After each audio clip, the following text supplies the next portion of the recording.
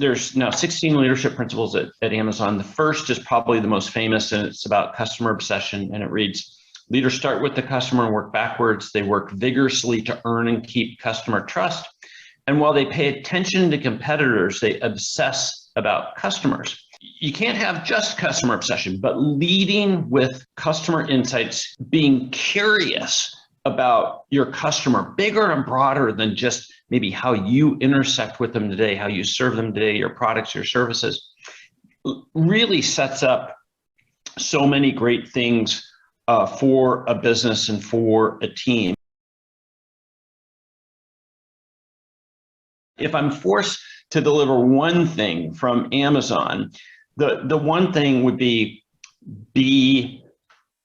extremely curious about your customers, the jobs they're doing, the frustrations they have, like what happens on a bad day. You know, everybody tends to, when you're in business, you kind of focus on like, well, how things work in general, right? No. Be curious about what happens when things don't work in general, when they don't work, and be a problem solver, be a builder to build better approaches for helping your customers in those moments. And that's the essence of everything from Amazon, is start with the customer and work backwards. Which any size business or organization that's involved with people can do.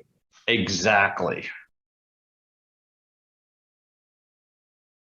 I think the ability to have open discourse, respectful discourse, and welcome contrary views in sincere ways.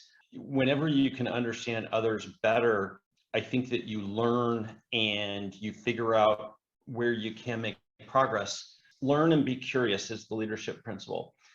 Leaders are never done learning and always seek to improve themselves. They are curious about new possibilities and act to explore them. They seek diverse perspectives and work to disconfirm their beliefs. What we tend to do is just live in a echo chamber, right? Like people telling us what we already believe in.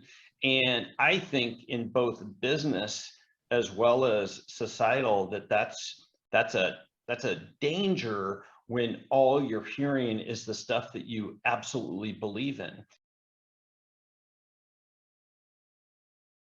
Think about a broad customer experience, not just how your product or service is being used. You want to understand that intently, but understand upstream and downstream too. It will give you better insight into your product and service, and you'll probably gain ideas of how to serve them bigger and broader than just what you do. And that's really been, you know, if you think about when I was at Amazon, 90% of the business was books, music, video, right? Mm-hmm. Think about where Amazon is today, the conglomerate business that Amazon is today. There was no plan, there was no vision. Nobody predicted that, you know, Amazon would be the world's biggest cloud technology company in the world. Nobody predicted that Amazon would be the most dynamic and innovative logistics company in the world. Like nobody saw those things coming. It was because they explored customer experiences.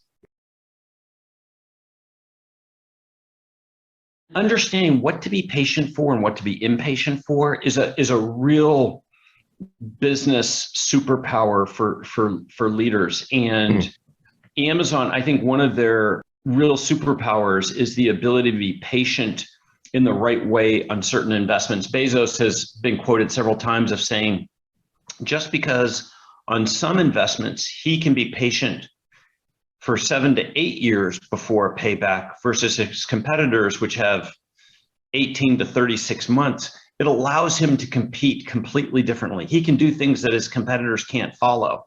So that patience can be a real, if you think long-term, can be a real defining feature of how you create legacy and how you compete in enduring business that competes for the long term.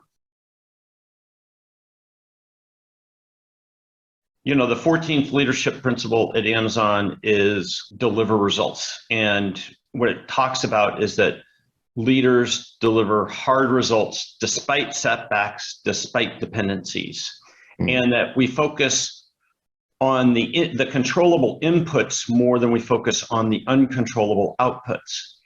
And so in life, in business, especially if you're doing hard, unpredictable, innovative things, you need to have a plan, but things never go to plan, right? You better love setbacks, especially if you're going to be an innovator and a game changer. Always be thinking about what's your next best available step, right? Understand your controllable inputs versus, kind of the outputs you want, the goals that you have, but realizing that, there's a lot of factors that go on outside of your control relative to achieving those goals. Just understand your next best available step.